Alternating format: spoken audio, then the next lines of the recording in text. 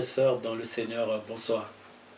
J'aimerais prendre cette opportunité ce soir pour vous parler de la famille. De la famille que nous appelons tous la famille chrétienne.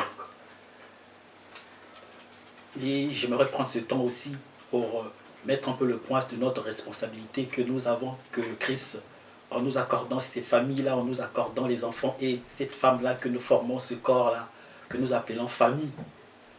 Et j'aimerais partager certaines informations que moi je pense peut-être c'est important de partager aussi avec les frères et sœurs. Mais pour arriver à ce point, j'aimerais prendre un instant pour parler, pour que nous prions. Éternel et Dieu Tout-Puissant, je vous remercie Père pour cet instant que vous me donnez et pour cette occasion que j'ai eue à cet instant Père pour partager ta parole, pour partager cette information que tu m'as mis à cœur Père, et de le partager aussi avec des frères et sœurs qui prendront la possibilité ou l'opportunité de m'écouter. À travers le canal de la mort de ton Fils, tu as permis à chacun et à chacune de nous, partout où cette possibilité se présentera, de partager ce message de la réconciliation. La réconciliation que lui, par son sang, par ce sacrifice à la croix, il nous a réconciliés avec vous. Et en deçà de cela, il nous a fait aussi des ministres pour propager cette parole de la réconciliation. Voilà pourquoi j'ai pris cette opportunité, Père. Voilà pourquoi j'ai pris cette occasion, Père, pour annoncer aussi de ma part, Père, ce message. Au nom du nom qui est au-dessus de tout nom qui peut être nommé, le nom de notre Seigneur et Sauveur Jésus-Christ. Je dis Amen. Voilà frère, je voulais revenir sur la famille. Chacun de nous a cette opportunité ou a cette... Dieu en créant un peu ce monde, nous a donné des personnes ou nous a choisi des personnes que nous partageons quelquefois la vie, des enfants, des femmes que nous avons. Et en créant cette unité qui est la famille, en créant ce corps qui est la famille, l'homme, la femme et l'enfant, et il a donné aussi la responsabilité à chacun de nous ou à chacun de nous de vivre cette vie de la grâce de Dieu, de la grâce de Christ. Mais cette responsabilité-là est incombe à l'homme. Dans la chaîne de l'autorité, Dieu a dit, il est le chef du Christ, et le Christ est le chef de l'homme. Et l'homme lui incombe cette responsabilité-là, de présenter le Christ à cette famille-là, de lui montrer qui est le chef de cette famille-là. Parce que cette famille-là, c'est une entité choisie de Dieu. L'enfant et la femme que Dieu vous a donné, qui a donné à l'homme, vous, cette association entre la femme et l'homme et les enfants, forme cette famille-là. Il est mis à part. Et dans cette entité que Dieu a choisie pour vous, et il a donné la responsabilité à l'homme de lui donner aussi le choix, de lui apporter aussi la parole, et de le sanctifier aussi. Et cette responsabilité, je disais, se revenait à l'homme. Et l'homme a cette possibilité-là. Et l'homme a été équipé pour cela. Parce que cette responsabilité-là, lui, a été dévolue. En le nommant comme étant le chef après le Christ, Dieu a voulu que par cela, que l'homme prenne cette responsabilité-là d'apporter ce message de la réconciliation dans sa famille. Et l'homme doit aller chercher cette information-là chez le Christ. L'homme doit aller chercher ces informations pour amener le Christ dans cette famille-là qu'on lui a choisie. Cette femme-là qu'on lui a donnée, les enfants qu'on lui a donnés. Et c'est lui qui devait faire apprendre ses enfants. C'est lui qui devait mettre le Christ sur la table.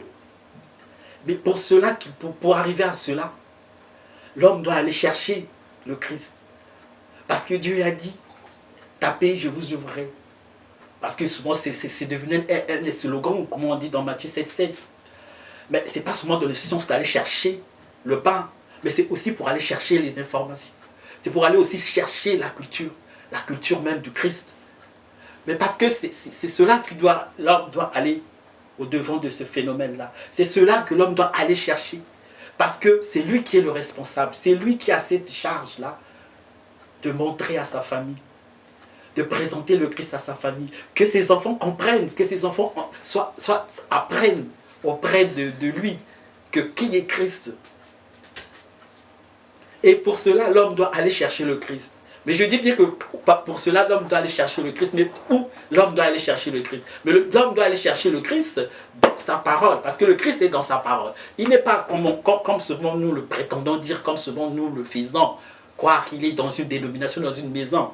Le Christ se trouve dans sa parole. Et l'homme doit aller chercher le Christ dans sa parole. Et pour cela, il doit se cultiver, il doit se former, il doit se composer. Parce qu'il doit être à la mesure même d'apporter cette parole-là dans sa famille. Ses enfants doivent connaître le Christ auprès de lui. Sa femme doit venir trouver les informations que lui, il a allé chercher auprès du Christ, auprès du Seigneur, pour leur informer.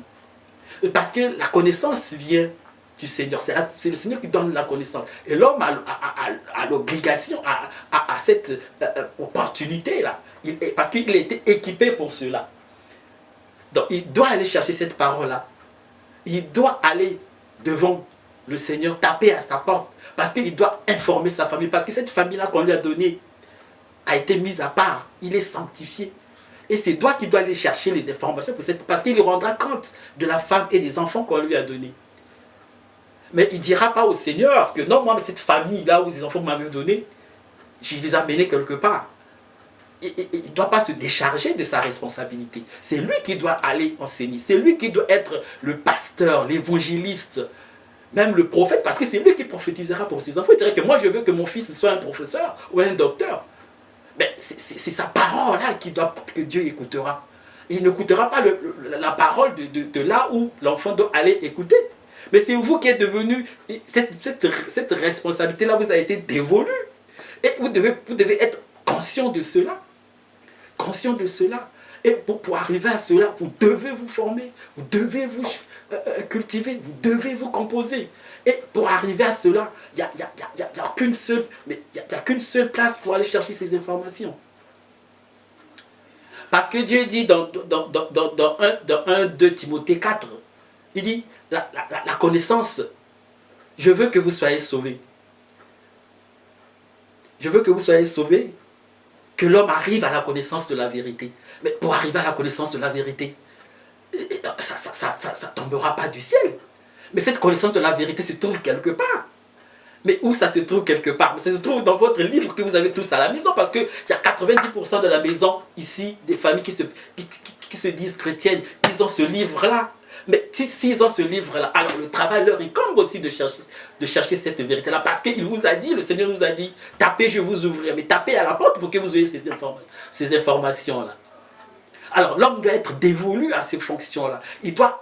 C'est lui qui doit être le pasteur. C'est lui qui doit être le chercheur des informations pour sa famille.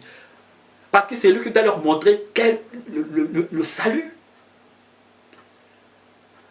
Parce que si vous prétendez que ces enfants doivent être sauvés, que votre famille doit être sauvée, mais être sûr de ce que ces informations vous donnera, quelle est la nourriture que j'apporterai à ma famille pour le faire sauver? Quelle est l'information que j'apporterai à ma famille pour le faire sauver? Parce que votre enfant, c'est vous qui doit prendre le Christ de chez vous. C'est vous qui devez lui dire, écoutez, le Christ, moi j'ai appris le Christ comme ça, et je vous transmettez à votre enfant. Ces informations-là, vous allez les trouver dans votre travail, dans votre culture du Christ. C'est vous qui devez vous battre pour cela. C'est un challenge. Parce que votre famille a un goal. Il a un objectif. Parce que Dieu ne vous a pas donné des enfants et cette femme-là seulement pour orner la maison. Mais ils ont un objectif. Ils ont un goal. Et c'est vous qui devez aller chercher ce goal-là et cet objectif-là. Parce qu'il faut que vous leur arriviez à leur fin. Et pour arriver à la fin que Dieu vous a donné le goal-là, mais vous devez aller chercher ces informations. C'est vous qui devez être la source des informations du Christ dans votre maison. Et très souvent, ce travail-là est laissé à la charge de la femme. Sur au moins 60% des cas. Vous voyez, la femme, il prend les enfants, il les amène à l'église, le soir, il revient à la maison. L'homme, il est là quelquefois, c'est même pas son problème. Mais il faut être sûr de ce que votre femme ou vos enfants consomment. Vous devez être sûr qu'est-ce qu'ils ont mangé. Parce que Jérémie nous dit dans 15-16, moi j'ai trouvé ta parole Seigneur, je l'ai mangée. Mais lui il a trouvé la parole, il l'a mangée. Il n'a pas apporté cette parole-là quelque part pour que quelqu'un les mange, après il a donné, lui il a rabâché ça dans sa bouche. Mais il les a mangés quand il les a trouvés. Donc vous devez aussi trouver cette parole-là et vous les mangez.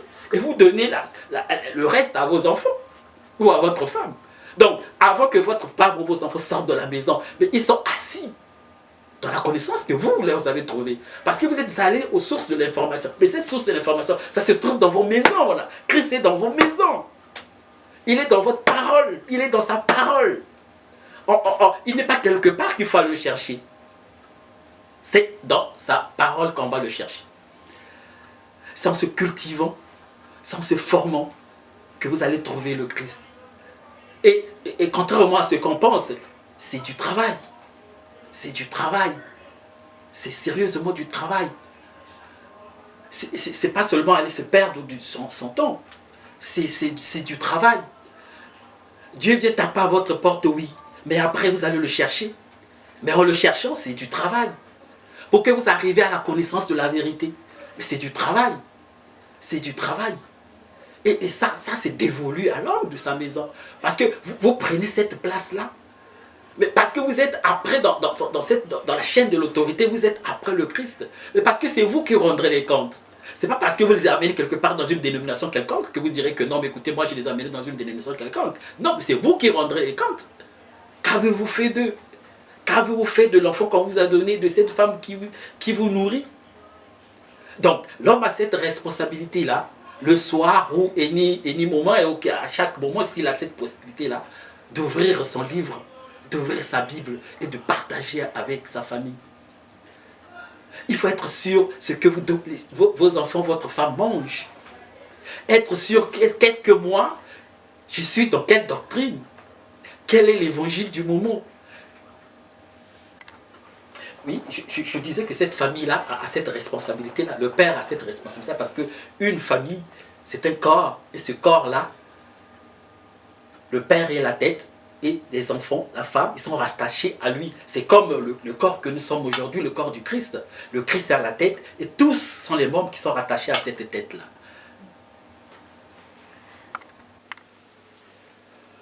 Oui, je disais, cette famille-là, c'est un corps.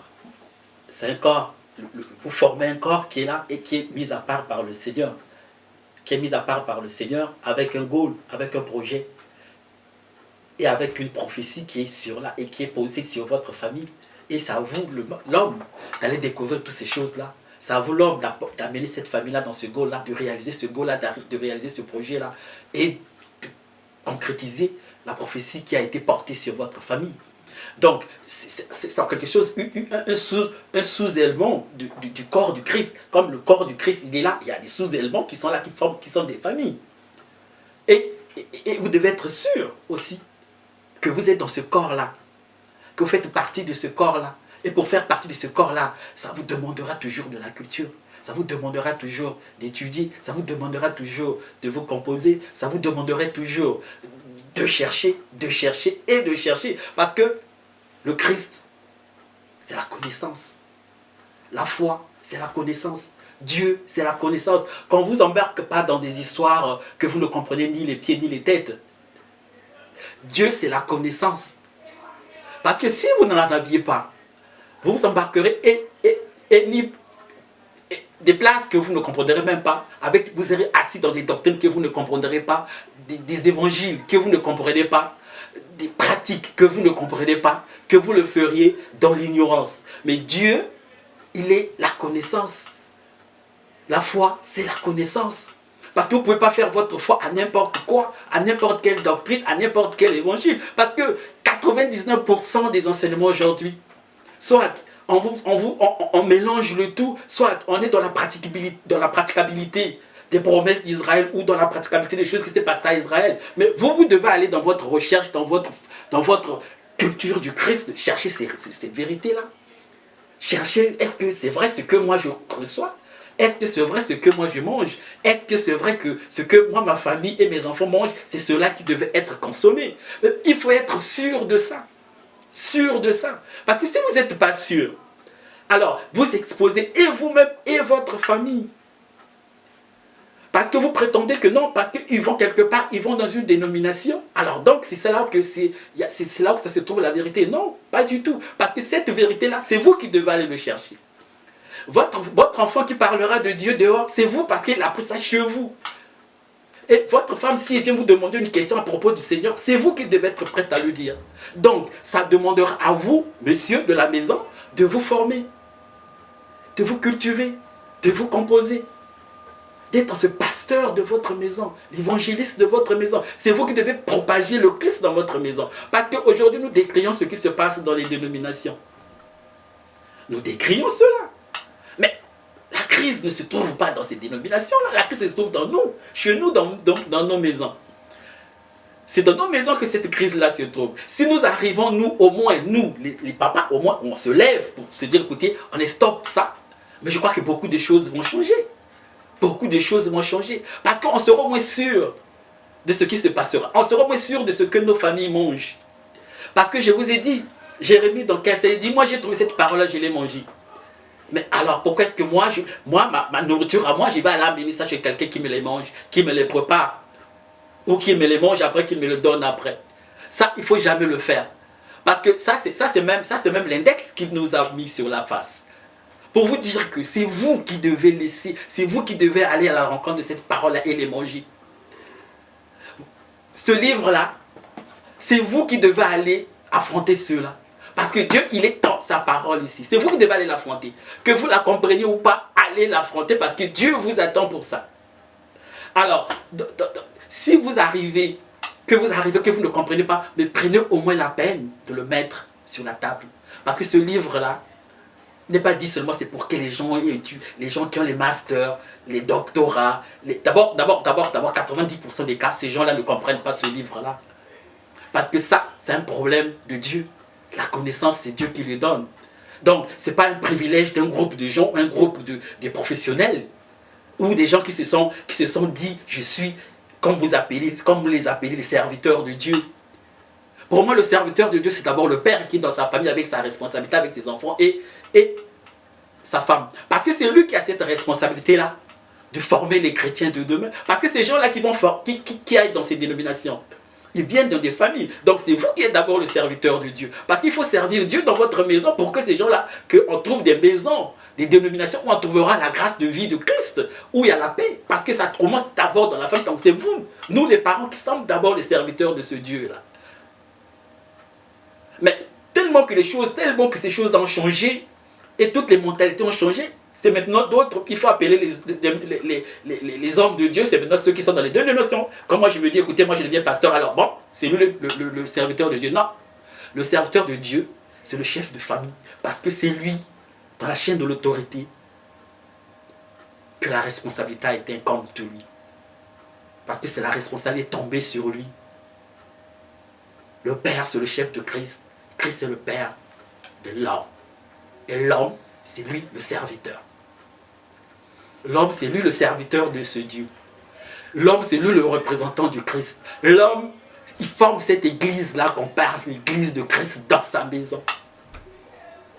Donc, en conséquence, si je reviens, donc l'homme doit aller trouver cette parole-là. L'homme doit aller trouver cette parole-là. Trouver cette parole-là dans sa Bible. Rechercher l'information dans la Bible. Parce que notre source d'information, c'est cela. L'autorité suprême, c'est ici. Le Christ est dans cette parole-là. Donc, je n'ai pas besoin, moi, d'aller me gouffrer quelque part pour chercher ces informations-là. Non. Si le fait que j'ai déjà ce livre dans la maison, alors, j'ai le Christ dans ma maison. Parce que Révélation 19 nous le dit. Dieu est la parole. Ça ne change pas. S'il est la parole, moi je n'ai pas besoin d'aller me flaquer quelque part. Là où vous êtes, partout où vous êtes, il est avec vous. Partout où vous êtes, il est avec vous. Il suffit de l'ouvrir, de rassembler votre famille. Mais parce que si vous ne le comprenez pas, si vous avez des difficultés, mais c'est cela que vous verrez la force du Seigneur. C'est cela que vous verrez que cet homme-là, ce Dieu-là existe vraiment. Parce que vous ne comprenez rien. Mais vous verrez ce miracle-là, vous verrez que des choses que... Mais si vous n'avez, il vous mettra sur le chemin de la compréhension. Il le fera. Parce que moi, je suis l'exemple même de cela. Donc, je sais ce que je dis. Pourquoi je le dis? Alors, donc, ne vous dites pas que non, moi, j'ai pas ceci, moi, j'ai pas cette formation, moi, j'ai pas étudié tout ça. Ça n'a rien à voir avec Dieu. On a vu ce livre-là a été écrit par des pécheurs. Pierre, Jean, Jacques, ce ne sont pas des gens qui ont eu un master. Ce ne sont pas des gens qui ont un doctorat. C'est des gens qui étaient des pécheurs. Donc, ça signifie quoi? Ça signifie que c'est l'Esprit du Christ. C'est le Saint-Esprit qui instruit. Donc, ça n'a rien à voir avec la connaissance ou l'étude de quelqu'un. Ou parce que je suis diplômé. Comme je vous ai dit, d'ailleurs, les diplômés, ils comprennent peu ce livre-là. Rare, vous verrez que les diplômés ils comprennent ce livre-là. Rarement, rare. Et vous voyez, la connaissance, souvent, ça sort. La vérité, ça sort pour des gens que vous ne croyez même pas qu'eux pouvaient vous dire cette vérité-là. J'ai même un frère, le frère musicien qui s'est reconverti il y a pas, ça fait des années, qui nous souvent informe, qui donne les informations à la télé, le frère J.F. Ifongue. Mais la vérité que ce frère-là fait sortir quelquefois, souvent c'est épatant, que vous ne trouverez jamais ça dans les dénominations. Vous ne le trouverez pas. Mais parce que ça, c'est le travail du Saint-Esprit.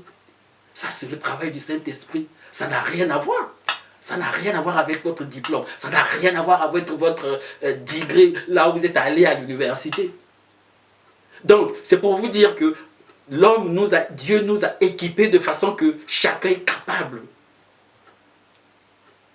de le propager dans sa maison. Chacun est capable de l'évangéliser dans sa maison. Chacun est capable de le montrer à ses enfants, à sa femme. Voilà pourquoi ce corps-là existe. Dans ce corps-là, lui est la tête et tous ce sont des membres. Voilà pourquoi il a dit dans 2 Corinthiens 5, 10 qu'il a signé ce ministère-là à chacun. Le ministère de la réconciliation. Il ne faut pas que chacun arrive, soit capable d'apporter ce message de la réconciliation. Mais parce que lui, il sait que c'est comme ça, parce qu'il a équipé chacun. Que par sa mort à la croix, il a équipé chacun, que chacun est capable d'apporter ce message-là. Donc, il n'y a aucune raison que moi, j'attends que quelqu'un vienne me former, vienne m'apporter les informations sur le Christ. À moins que ce soit les informations qui sont vraies. Mais ça serait vrai que moi, je ne saurais qu'elles sont vraies parce que moi aussi, je suis en phase avec la personne qui m'apporte ces informations. Je dois être en phase.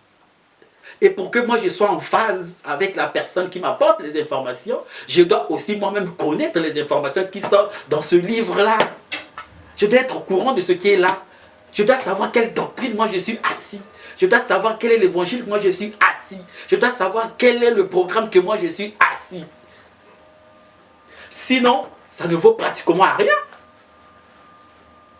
Parce que c'est vous le serviteur de Dieu. C'est vous.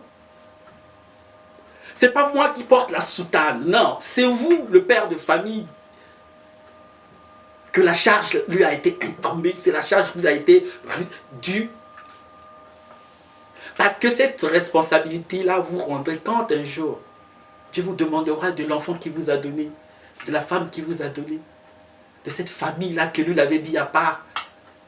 Qu'est-ce que vous l'avez fait? Qu'est-ce qu'avez-vous fait avec elle? Vous vous rendez compte de cela? Vous ne leur direz pas, non Seigneur, moi je les ai amenés quelque part, dans une dénomination quelque part. Il vous dirait, mais lui il ne connaît pas, il ne connaît même pas ces dénominations-là.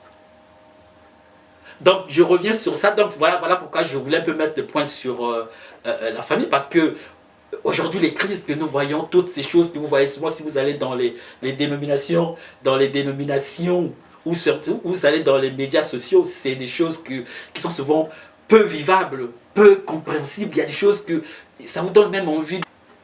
Parce que c'est pas possible que les gens arrivent à ce degré d'ignorance. C'est pas possible parce que l'ignorance tue.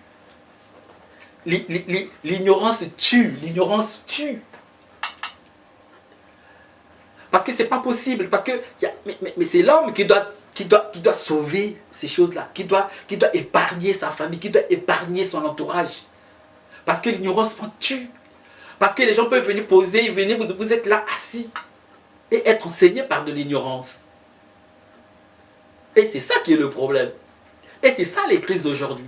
Et parce que si vous êtes dans cette combine-là, dans ces combinaisons d'ignorance, mais quelquefois, parce que quand vous verrez la vérité devant vous, vous ne croirez jamais à cette vérité-là.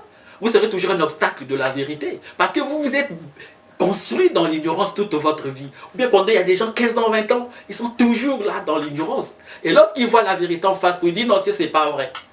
Ça c'est pas vrai. Ça peut pas être vrai. Mais pourtant, si vous, même si vous le démontrez avec des versets, il vous dit que c'est pas vrai. Parce qu'il a tout construit dans l'erreur, l'esprit de l'erreur qui est en train de s'aimer dans les églises aujourd'hui. Bon, moi j'appelle ça les dénominations. Cet esprit-là, ça court comme de l'eau, comme le vent. Et les gens la masse de génération en génération. De génération en génération, ça gros de génération en génération. L'esprit de l'erreur. L'esprit de l'erreur. Et pour effacer cela, et pour ne pas arriver à ce point-là, l'homme, nous sommes appelés, nous, à aller chercher la vérité. Et aller chercher la vérité. Et cette vérité, aller le chercher où? C'est quelque part. Et ce quelque part-là, c'est où? C'est dans notre Bible. C'est dans notre Bible. Et le Christ, c'est où? Il est dans notre Bible. Il est dans notre Bible. Il a dit chez la femme samaritaine qu'elle a rencontrée. Désormais, ça ne serait plus dans les montagnes ou à Jérusalem qu'il fallait trouver la vérité. Elle a dit, mais c'est par esprit. Ceux qui le prieront, c'est par esprit.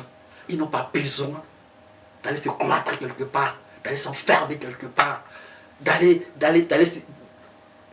je sais pas, ils sont libres. Dieu, il est partout. Et leur maison, c'est d'abord la première église. C'est d'abord là qu'il doit connaître le Christ. C'est d'abord là qu'il sortira là, comme serviteur de Dieu, comme le formateur des vrais chrétiens, des gens qui sont assis dans une doctrine qui est la leur, les gens qui sont assis dans un programme qui est la leur, et dans un évangile qui est la leur. Et c'est cela la responsabilité qui nous est revenue. Et ça demande du travail. Et qu'on ne vous embourbe pas avec n'importe quoi. Ça demande du travail. C'est du sérieux. Dieu, il tape votre porte, vous le recevez. Mais pour avoir sa connaissance, c'est du travail. C'est du travail. C'est du travail. Et aujourd'hui, nous sommes dans l'évangile de la grâce. Mais cette grâce-là, il faut la vivre. Il faut la vivre. Vivre les effets de la crucifixion. Vivre les effets de la croix. Mais ces effets de la crucifixion-là, vous les vivrez comment? Mais vous la vivrez quand vous arriverez à la connaissance de la vérité. Mais cette connaissance de la vérité, vous l'aurez où? Mais vous l'aurez quand vous allez commencer à ouvrir votre Bible et passer du temps avec ça. Ayez l'habitude d'ouvrir votre Bible. Que ça devienne une seconde nature même, si je veux bien en abuser. Ayez l'habitude. Commencez à changer d'abord nos maisons. Commencez à changer nos maisons pour que nos dénominations aussi changent. Ça ne sert à rien seulement de décrier ces choses-là. Ça ne sert à rien de dire que non, là, le pasteur, il a fait ceci, il se passe. Non, commençons d'abord à changer nos maisons. Et ces dénominations aussi changeront. Bon, si longtemps que nous, cette crise-là sévira dans nos maisons, alors ça sera toujours un peu difficile à résoudre tous ces problèmes que nous retrouvons aujourd'hui. Et quand vous voyez comment les gens ils sont souvent dans cette ignorance-là, et lorsque nous, ceux qui comprennent ces choses-là, souvent ça vous cisaille, ça vous tue. Et peut-être que vous ne pouvez pas résoudre tous ces problèmes-là. Moi, aujourd'hui, j'ai pris la peine de parler. Mais moi, je sais que ce n'est pas quelque chose de nouveau que moi je dis. Il y a des frères et des frères, des sœurs qui ont fait des vidéos, qui ont parlé de ce problème-là, de cette crise qui se passe aujourd'hui dans les dénominations. Mais il doit y avoir un réveil. Et ce réveil-là, ça ne peut pas être un réveil seulement... Ce n'est pas ce réveil-là que vous prétendez, là. Le réveil. Le réveil, c'est la personne qui s'est crucifiée dans la croix, qui a reçu les effets de la crucifixion, qui a été crucifié avec le Christ dans sa mort. Et c'est lui-là qui s'est réveillé. C'est celui-là qui devient nouveau. Il a cette nouvelle créature-là. C'est lui-là le réveillé. Ce n'est pas le réveil qu'on prétend. L'église de réveil. Ça, c'est même pas sport. Je ne vais pas aller dans ces choses-là. Alors, donc, cet homme-là qui s'est réveillé, il est réveillé parce qu'il est parti prendre la main du Christ à travers sa croix. C'est celui-là qui s'est réveillé. Il sait que moi, j'ai été crucifié à la croix. Et par la croix, j'ai reçu une autre nature. Et par la croix, je suis devenu un homme nouveau.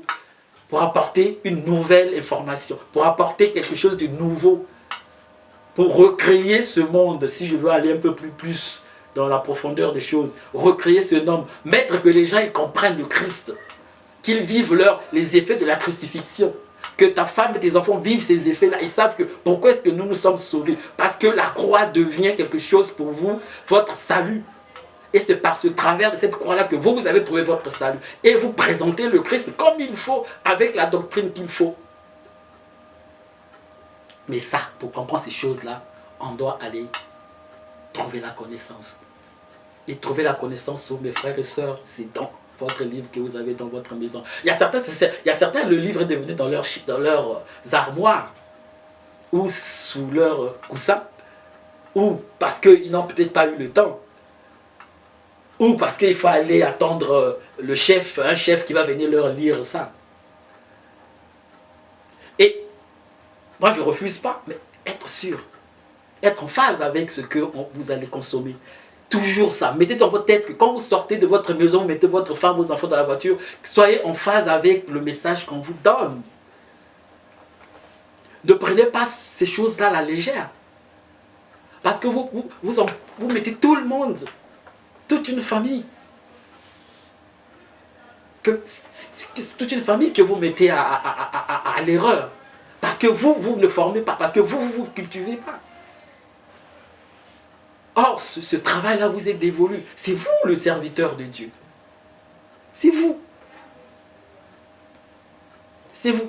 Alors, pour stopper ce saignement dans nos dénominations, alors on doit d'abord commencer à laver nos familles. Parce que moi, je ne peux pas prendre la peine de décrire quelque chose au moment où je vois, moi, dans ma maison, je ne fais pas quelque chose pour changer cela. Donc, le changement commence d'abord par moi-même. Et pour arriver à commencer, je dois me cultiver, je dois me former, je dois me composer. Donc, voilà un peu ce que j'avais voulu vous partager. Voilà un peu les mots que j'ai voulu parler à propos de la famille. Que notre responsabilité, nos pères de famille, notre responsabilité que nous avons, que le Seigneur nous a dévolue pour cela, qu'on retrouve ça, qu'on retrouve notre place. Et qu'on change un peu ce que nous décrions aujourd'hui dans ces dénominations. Parce qu'aujourd'hui, il y a des gens, beaucoup de familles qui sont à la maison, qui ne partent même plus dans ces dénominations-là. Parce qu'ils ont été déçus soit par le dirigeant qui était là, soit ils sont déçus par le message, soit c'est l'animosité qu'ils trouvent, soit c'est le gossip, c'est la haine, c'est la jalousie, c'est tout ce qui... Au lieu d'aller trouver la grâce de vie du Seigneur dans ces dénominations-là, au lieu d'aller trouver la paix, mais ils vont trouver la haine, la jalousie, la méchanceté, le mensonge. Et toutes ces choses-là, ça fait que les gens préfèrent, ils prennent du recul dans toutes ces choses-là. Mais s'ils trouvaient un cadre de la grâce de vie du Seigneur, de l'amour, de la grâce de vie du Seigneur, mais parce que ces choses-là manquent. Pourquoi ça manque? Mais parce que ceux que nous faisons, qu'on vous confie, ceux que vous attendez qui doivent apporter ces choses-là, ils ne le font pas. Pourquoi ils ne le font pas? Mais parce que cette crise-là réside dans nos familles. Parce que moi aujourd'hui, si je prends ma famille, mes enfants, mais je dois être en phase avec la personne qui m'enseigne. Je dois savoir ce qu'il m'enseigne. Mais être en phase avec lui, ça veut dire que moi, je comprends les choses du Christ, parce que par la culture du Christ que moi j'ai reçue, par mes efforts, par ma culture, par aller dans la connaissance. Donc, c'est mes efforts à moi. Parce que Dieu, c'est lui qui donne la connaissance. Et quand vous allez à Dieu, je sais que c'est beaucoup de peine, c'est beaucoup de travail, mais il est là pour ça. Le Saint-Esprit est là pour ça. Le Saint-Esprit n'est pas là pour faire tomber des gens. Le Saint-Esprit n'est pas là pour faire parler des gens des langues des charabia. Le Saint-Esprit est là pour instruire les gens de la parole qui est dans ce livre-là. Ça, c'est la fonction qu'il lui là, il est venu sur la terre faire. Parce que ce livre-là, il est fermé, il est close. Il est clos. Et alors, ces informations-là, c'est lui qui nous illumine. Aujourd'hui, si moi je vous parle, c'est parce que c'est lui qui me dit, c'est lui qui m'illumine de parler ces informations-là. Il n'est pas là pour ça. Il n'est pas là pour faire tomber les gens. Il n'est pas là pour que les gens ils parlent avec des langues qu'eux ne comprennent même pas. D'abord, la première langue qu'ils ont, ils ne comprennent même pas ce livre-là. Pourquoi Dieu veut leur donner la seconde?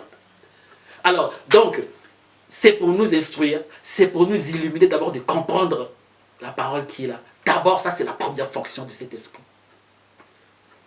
Qu'on ne vous amène pas dans toutes les histoires de cet esprit-là.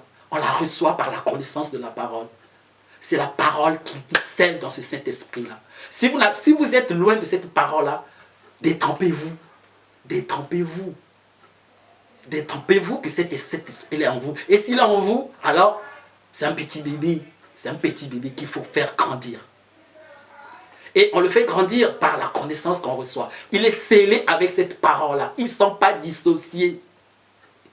On ne peut pas dire que moi j'ai le Saint-Esprit et la parole je ne connais pas ou je ne la comprends pas. Ou je suis dans les mauvaises doctrines. Mais parce que le Saint-Esprit, c'est que la loi a été crucifiée par son maître à la croix. Mais vous vivez, vous dites que vous avez cet esprit-là, vous vivez dans ces lois-là. Alors, ça fait de la confusion. Ça fait sérieusement de la confusion. Donc, le Seigneur nous a dit, l'épée, notre casque et l'épée de notre salut, c'est la parole. Prenez l'épée de l'esprit, la parole. Donc, ces deux entités-là, ils sont en combinaison. L'esprit et la parole. Ils ne sont pas dissociés. Lorsqu'on a la parole, lorsqu'on a le Saint-Esprit, on a la parole. On ne peut pas être... On a le Saint-Esprit, on ne comprend pas. Ou on vit sous les lois, sous des doctrines, des fausses doctrines. C'est pas possible. Ce n'est même pas vrai. Mais c'est même ça la connaissance. C'est cela la connaissance. Parce que quand vous avez la connaissance, vous verrez que ces choses-là, ils ne sont pas en phase. Et c'est ça ça vous met en doute. Donc, il faut arriver à cette connaissance-là. Il faut aller chercher le Christ dans sa parole. Le Christ est dans sa parole. Et pour être éclairé, pour avoir ce discernement-là, pour avoir la connaissance, pour avoir cette analyse des choses de Dieu, pour avoir l'observation des choses de Dieu, pour avoir le discernement des choses de Dieu, il faut aller dans la connaissance. Il faut avoir la connaissance. Et cette connaissance-là, c'est ça qui va vous libérer. Galates 5 nous a dit, lorsqu'il nous a franchis, nous sommes free. Nous sommes libres. Et ce ne sont pas des vains mots. Effectivement, lorsque le Christ vous a franchi, vous êtes libre. Vous comprenez ces choses du Christ. Vous comprenez ces choses-là. Et vous êtes capable aussi de les propager. Et ça devient quelque chose, votre seconde habitude, parce que vous comprenez les choses. Parce qu'il vous a libéré, vous comprenez ces choses-là. Et vous voyez tout ce qui se passe. C'est de la gabegie spirituelle. Totalement de la gabegie spirituelle. Alors, donc, nous avons ce devoir-là, Père,